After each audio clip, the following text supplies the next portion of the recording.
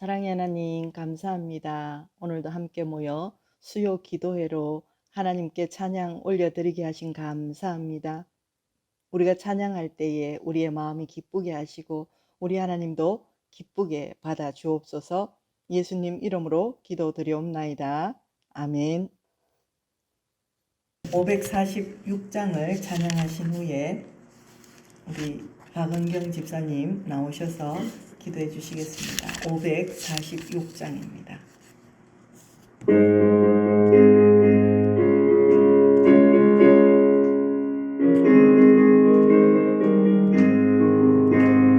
주님 약속하신 말씀 위에서 영원토록 주를 찬송하리라.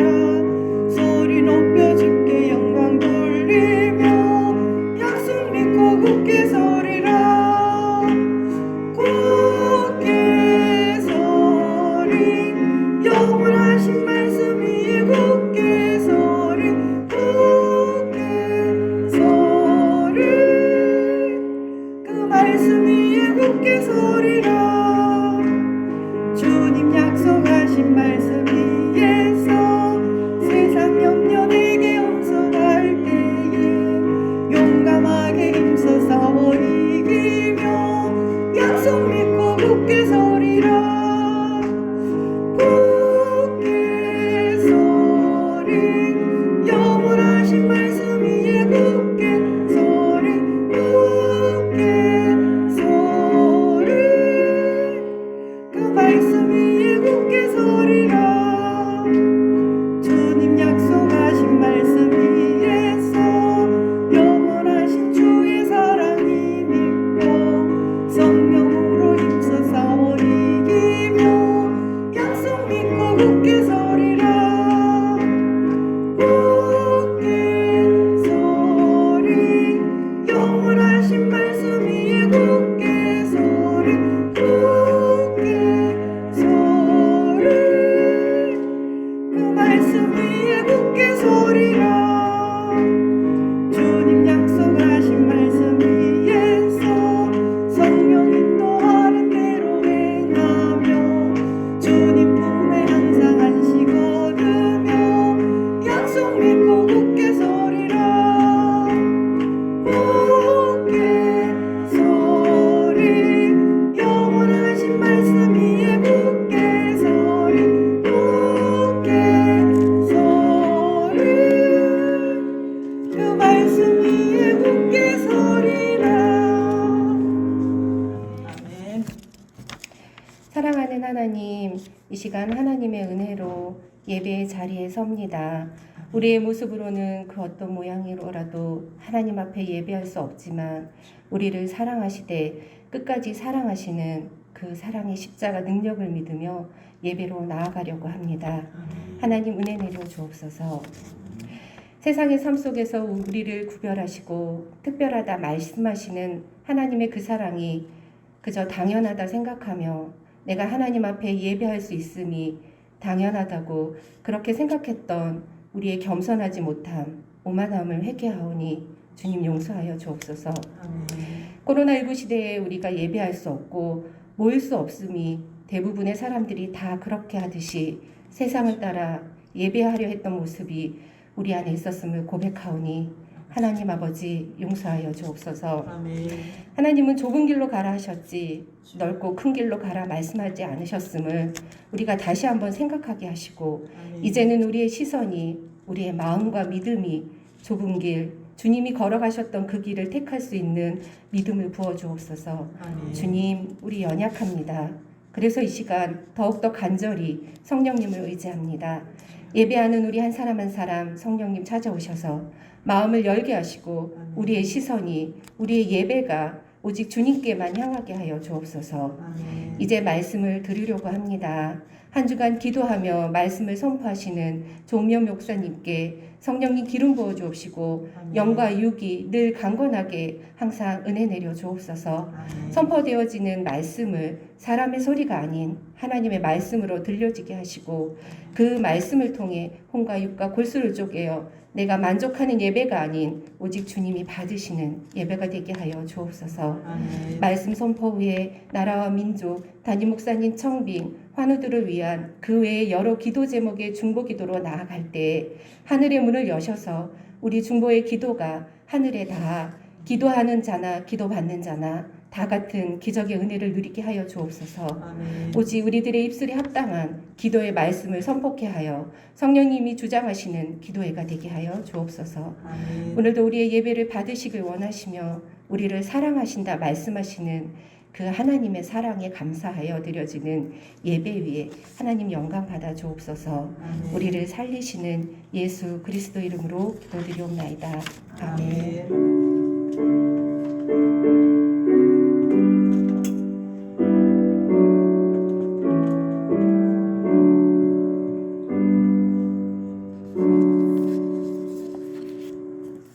오늘 하나님께서 우리에게 주신 말씀은 히브리서 6장 말씀입니다. 히브리서 6장 13절에서 15절까지 말씀입니다. 히브리서 6장 13절에서 15절까지 말씀입니다. 신약 358면 있습니다. 함께 받들어 올리겠습니다. 하나님이 아브라함에게 약속하실 때에 가리켜 맹세할 자가 자기보다 더 큰 이가 없으므로 자기를 가리켜 맹세하여 이르시되 내가 반드시 너에게 복주고 복주며 너를 번성하게 하고 번성하게 하리라 하셨더니 그가 이같이 오래 참아 약속을 받았느니라. 아멘.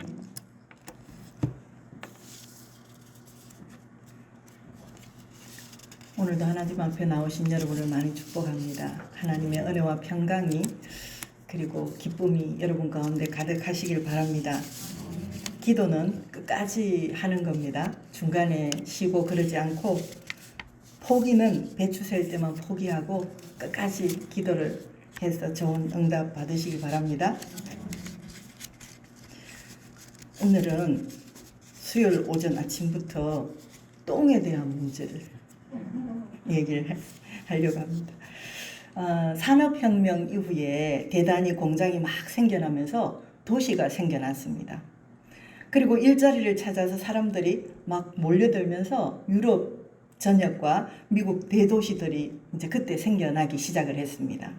1800년대 중엽부터 이러한 대도시들에 이제 막 생겨나면서 심각한 도시 문제가 생겼는데 그 중에 가장 해결하기 어렵고 힘든 문제가 말똥의 문제였습니다. 1900년도 기록에 의하면 뉴욕 시내의 모든 운송 수단이 그러니까 뭐 사람이 타고 가든지 뭐 이제 산업 시대가 되니까 뭐 공장에서 물건을 실어 나르든지 그게 다 말이 했다고 합니다. 매일 약 20만 마리의 말이 활동을 했습니다. 그러니까 말이 뭐 차가 없으니까 말 한 마리가 하루에 11kg의 똥을 쌌답니다. 그러니까 매일 2,300톤 가량의 이 똥이 매일 배출이 되는데 이것을 처리하는 양보다 배출량이 너무 많으니까 이 도로가 그만 원래 길을 다 잃어버리고 그리고 막 악취가 얼마나 심했겠습니까? 그러니까 도시가 엉망이 된 거예요. 그래서 그 당시 기록을 보면 공원에서 이제 길 옆으로 이렇게 똥을 치우기 시작하는데 높이가 무려 20m나 되는 곳도 있고 그러니까 이게 뭐 어떻게 사람 사는 게 아니에요. 도시 산업화, 도시화가 되는 것보다는 오히려 더. 그래서 뉴욕의 집주인들이 이제 문을 열고 나오면 그게 말똥을 밟는 게 너무 싫어가지고 그래서 우리가 이렇게 집에서 길에서 집으로 갈 때 계단이 생겼죠. 그 계단이 생겼다는 거예요. 그리고 현관이 있는 집의 스타일이 만들어지고 계단을 밟고 올라가서 그리고 프랑스에서는 똥을 밟지 않으려고 높은 하이힐이 생겼답니다. 우리가 하이힐을 신는 게 그때부터 시작된 거라고 합니다. 그래서 1898년에 이제 뉴욕에서 세계 최초로 국제도시 이제 계획 기획에 대한 회담이 열렸는데 주요 의제가 바로 이 말똥의 문제였습니다. 이걸 어떻게 해결을 할 것인가? 국제적 대도시의 환경 전문가들이 뉴욕에 모여서 모두 이제 이 문제를 어떻게 처리할까 논의를 했지만 도저히 답을 찾을 수 없어서 회담이 3일 만에 그냥 아무 소득 없이 종료가 되고 말았습니다. 이 문제는 오늘날 미세먼지, 온실가스 이거보다 훨씬 더 심각하고 그랬던 절실했던 그런 문제였습니다. 전염병과 폐질환 등 말똥이 원인이 돼서 사망한 인구가 연 2만 명에 달했다고 합니다. 이것은 심각한 인류의 재앙이라고 그렇게 자기들이 말을 했다는 거예요. 그런데 이 문제의 해결은 엉뚱한 곳에서 나왔습니다.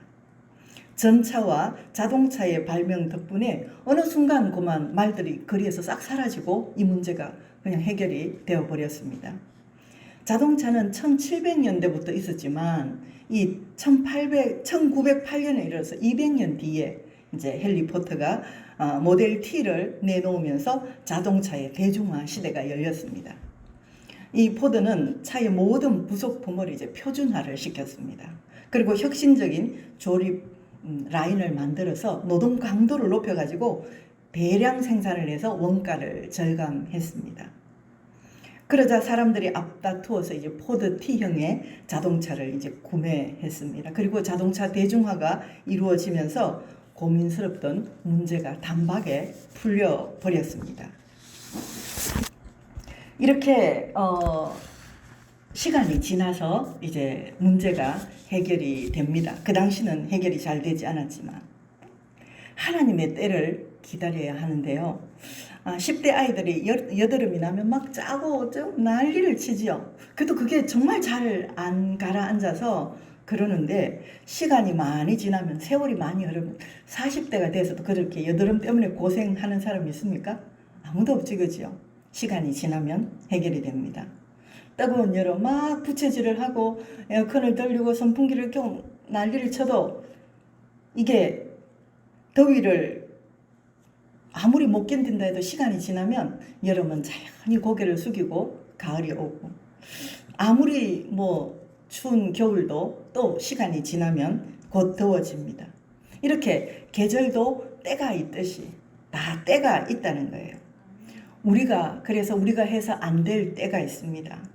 노력이 무의미하고 인간의 어떤 수가 통하지 않지만 우리가 상상할 수 없는 하나님의 한 수가 있다는 겁니다. 그래서 그 때를 기다리는 것이 최고의 능력일 때가 있습니다. 우리가 아무리 아등바등하고 지금 당장 뭔가 해보려고 몸부림을 치지만 인내하고 기다려야 할 필요가 있습니다. 하나님의 때를 기다려서 그 문제가 해결될 때를 반드시 만나시기를 바랍니다. 요셉과 이삭을 한번 보겠습니다. 요셉은 30, 이삭은 40. 요셉은 17세에 이제 그 지긋지긋한 고난이 시작이 되었습니다.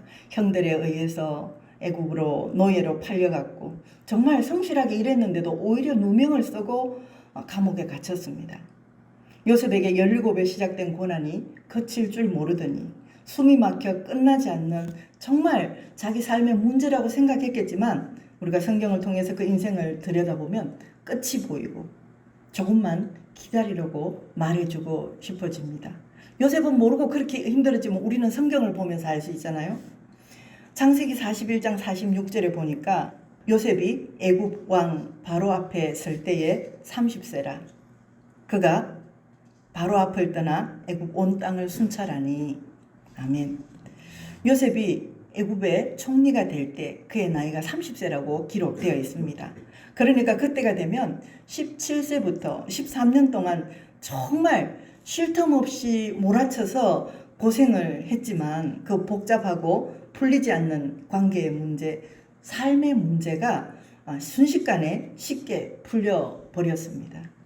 요셉이 노력해서 풀린 것이 아닙니다. 가만히 있어도 30세가 되면 풀릴 수 있었던 문제입니다. 고대 역사에 의하면 옛날에 그 이집트 제국에는 바로는 왕이자 신처럼 여겨지는 존재인데 이 왕은 타고나야 합니다. 그러나 그 중에 임명직으로 오를 수 있는 나이가 가장 높은 자리가 총리인데 총리 임명은 가능한 최소한 연령이 30세였다고 합니다.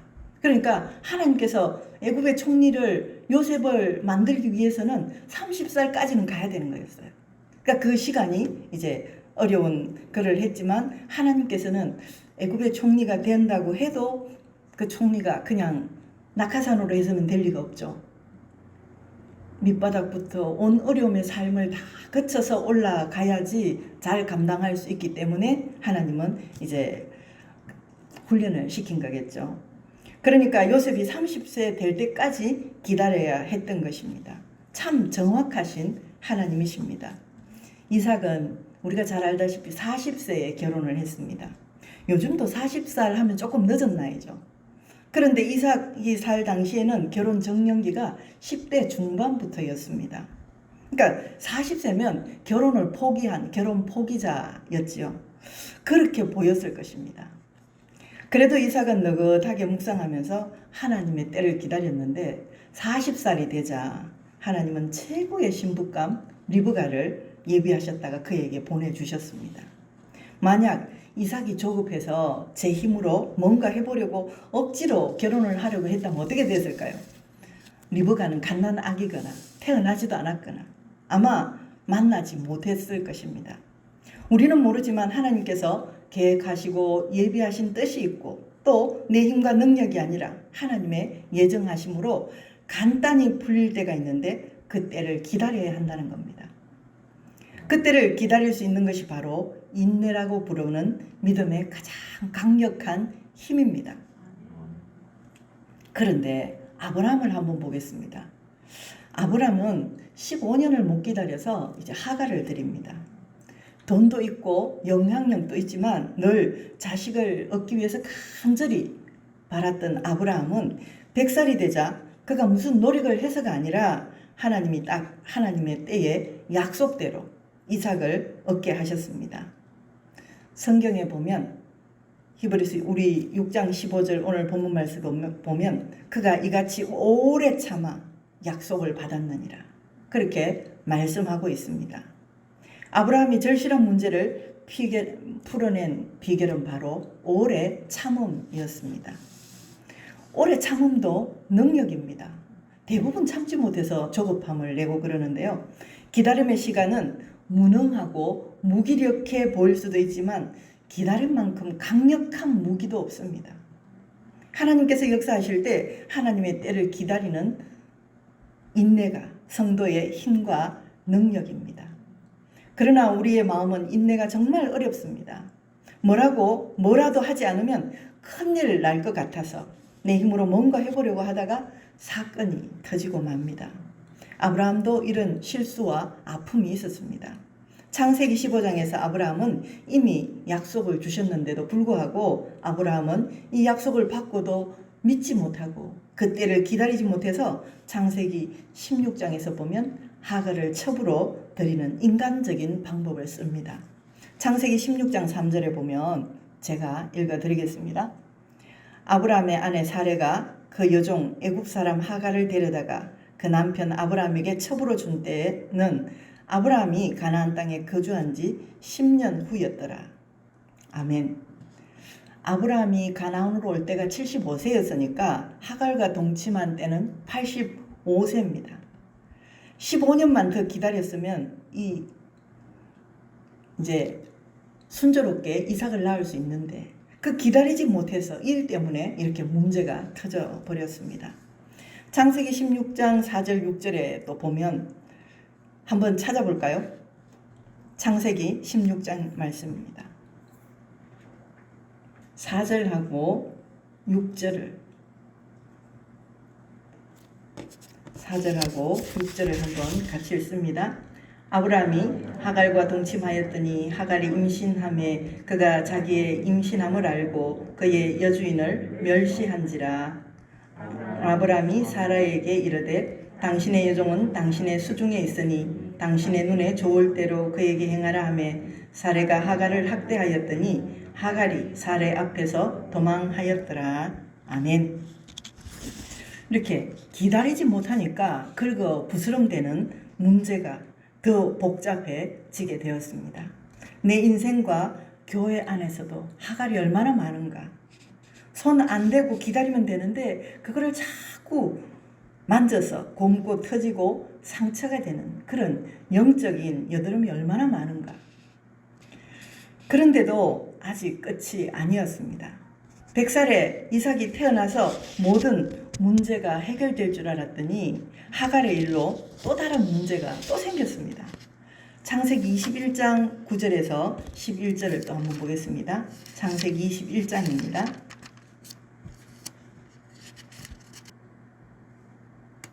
함께 받들어 올리겠습니다. 사라가 본즉 아브라함의 아들 애굽 여인 하갈의 아들이 이삭을 놀리는지라 그가 아브라함에게 이르되 이 여종과 그 아들을 내쫓으라. 이 종의 아들은 내 아들 이삭과 함께 기업을 얻지 못하리라 하므로 아브라함이 그의 아들로 말미암아 그 일이 매우 근심이 되었더니 아멘. 이 아브라함의 근심은 자기가 스스로 만든 근심입니다.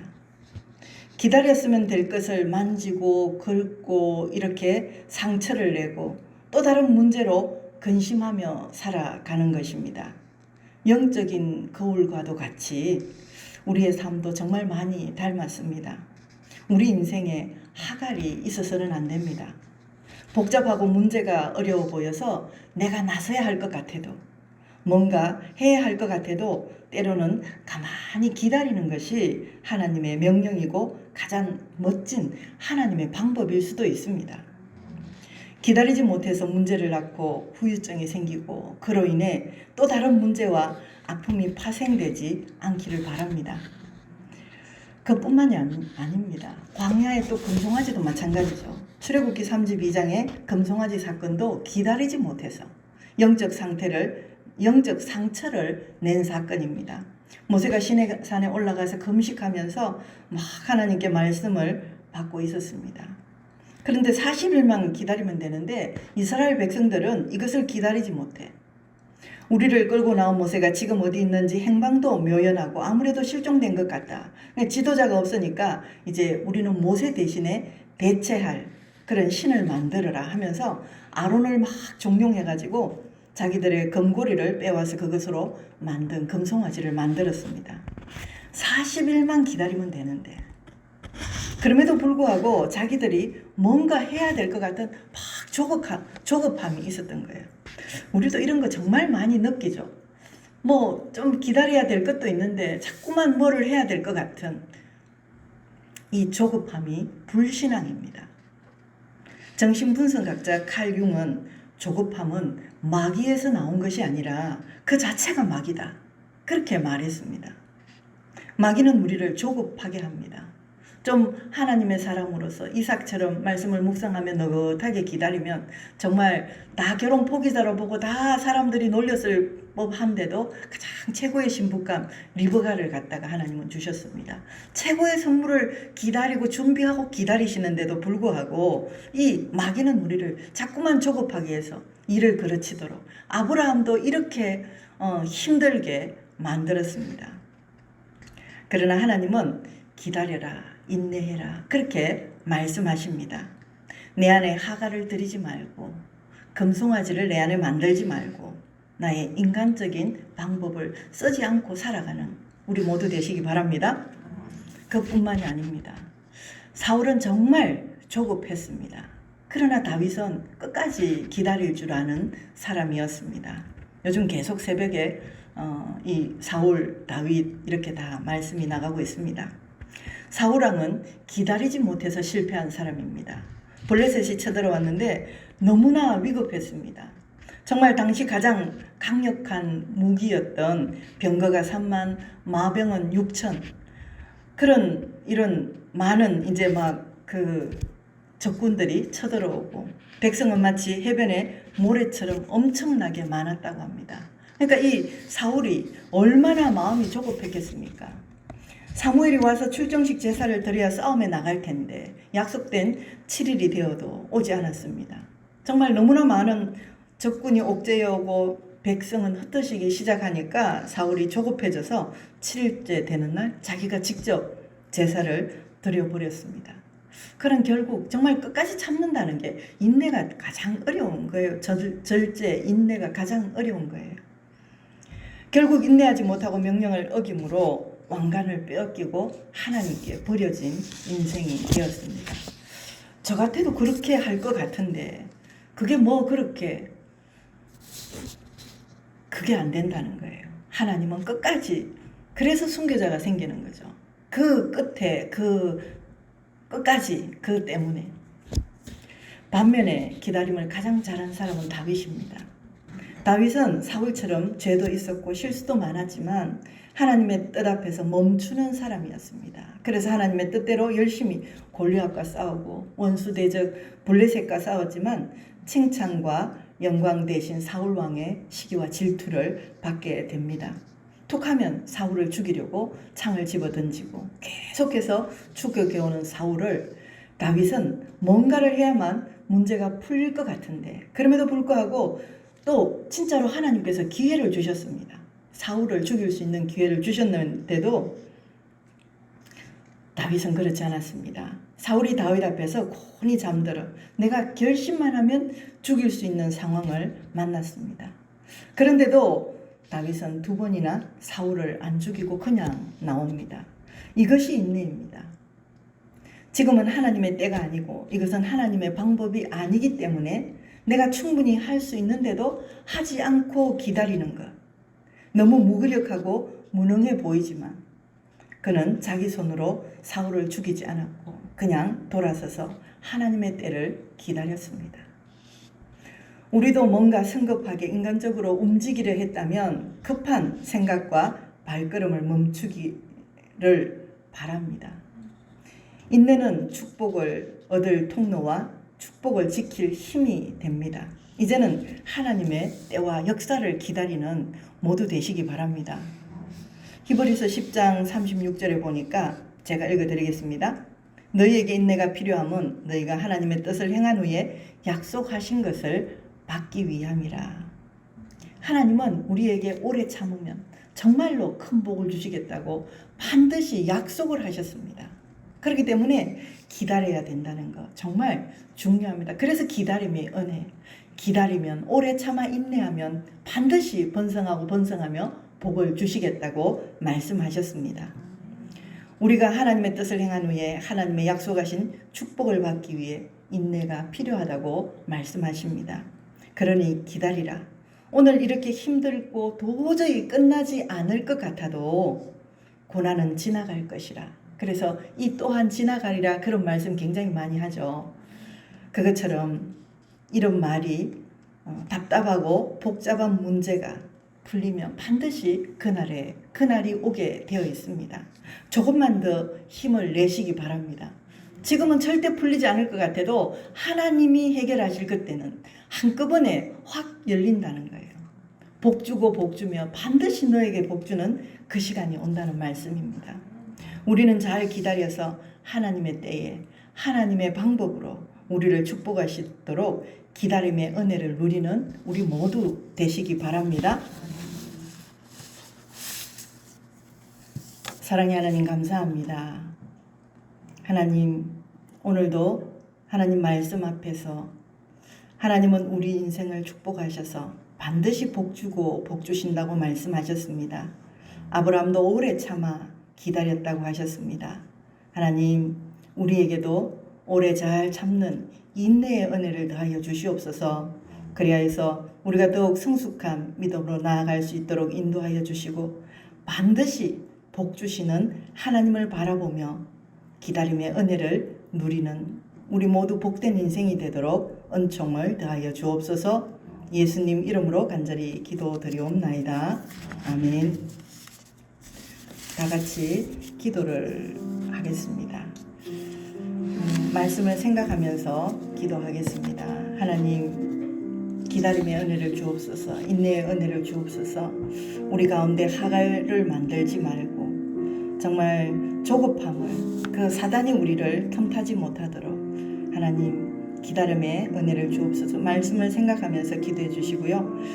교회를 위해서 우리 기도해 주시기 바랍니다. 모든 교육 부서의 아이들이, 다음 세대들이 예배에 온전한 회복 있게 해주시고, 또 우리 교사들이 하나님 정말 아이들을 잘 섬기며 다음 세대가 잘 일어나서 하나님 정말 교회의 미래가 건강하게 성장할 수 있도록 기도해 주시고, 새가족들도 잘 등록하고 또 새가족이 많은 교회가 될 수 있도록 하나님, 또 온 새가족들도 잘 성장할 수 있도록 기도해 주시고요. 모든 예배가 주일 오후 예배, 또 수요 예배, 또 이 새벽 예배, 모든 예배가 회복할 수 있도록 기도해 주시기 바랍니다. 담임 목사님 은퇴와 또 담임 목사님 청빙을 위하여 이 모든 것은 정말 너무 어려운 일입니다. 목사님 은퇴는 아름다운 은퇴가 되게 하시고 잘 마무리할 수 있도록 기도해 주시고, 담임 목사님 청빙을 위하여서는 하나님의 온전한 뜻이 이루어지도록, 그리고 담임 목사님 청빙을 위한 기도 2주차 기도도 함께 해주시기 바랍니다. 이 기도 제목을 놓고 주님 찾고 뜨겁게 기도하시겠습니다. 주님 한 번만 부르고 기도합니다. 주여! 다음 기도 제목은 선교제 선교사님들을 위해서, 나라와 민족을 위해서 기도해 주시기 바랍니다. 선교제 선교사님들 이름을 불러가며 기도해 주시면 좋겠습니다. 그리고 제가 예배에 들어오기 전에 이제 계속 전화를 하면서 들어왔는데요. 천진효 집사님이 뇌출혈이 와서 지금 바른병원에서 그 경상대 병원으로 옮겨서 수술을 지금 하는지 모르겠습니다. 그쪽으로 급하게 응급실로 이제 이동을 했습니다. 주일부터 목이 아파서 바른병원으로 입원을 했는데, 거기서 머리도 아프게 해서 이렇게 MRI를 찍다 보니까 뇌출혈이 일어나가지고 진행이 되는 상황이라서 급하게 지금 갔습니다. 수술이 잘 될 수 있도록 의료진의 손에만 맡기지 마시고 의사선생님 손 위에 우리 주님의 손을 얹으셔서 정확하게 정말 수술이 그 골든 타임을 잘 수술이 되어서 정말 건강할 수 있도록 그렇게 집중적으로 이름을 부르면서 크게 기도해 주시고, 다른 성도님들은 최인줄 집사님이 폐에 물이 찬 것을 이번 주일날 입원해서 월요일부터 한 주간 아산병원에서 이제 그 물을 뺀답니다. 폐의 물을. 그래서 기도해 주시기 바랍니다. 윤정선 집사님이 이제 항암 2차를 하고 지금 집에 와 계시는데 강건할 수 있도록, 노주현 성도님, 김영우 성도님도 입원을 하셨는데 잘 회복할 수 있도록 기도해 주시고, 노지한 성도님도 항암 중입니다. 그래서 이름을 불러가며 기도해 주시는데요. 천진효 집사님 이름을 부르면서 특별히 집중적으로 이 시간 기도해 주시기 바랍니다. 주님 찾고 뜨겁게 기도하시겠습니다. 주여! 존귀하신 하나님 아버지 감사합니다. 권능의 하나님 감사합니다. 여호와 라파의 하나님 감사합니다. 치료의 하나님 감사합니다. 은혜의 하나님 감사합니다. 그 어떤 질병도 그 어떤 문제도 하나님 앞에서는 능치 못할 일이 없는 줄 믿습니다. 우리 하나님께서 잘 치료하시고 잘 아버지 하나님 회복해 하시며 우리의 문제들도 잘 해결하여 주시고 하나님의 방법으로 역사하실 줄 믿습니다. 모든 올려드린 기도 하나님 영광 받으시고 우리의 기도가 하나님 앞에 상달되게 하시며 우리의 모든 기도가 천사가 금대접에 받아서 하나님 앞에 올려드린 줄 믿습니다.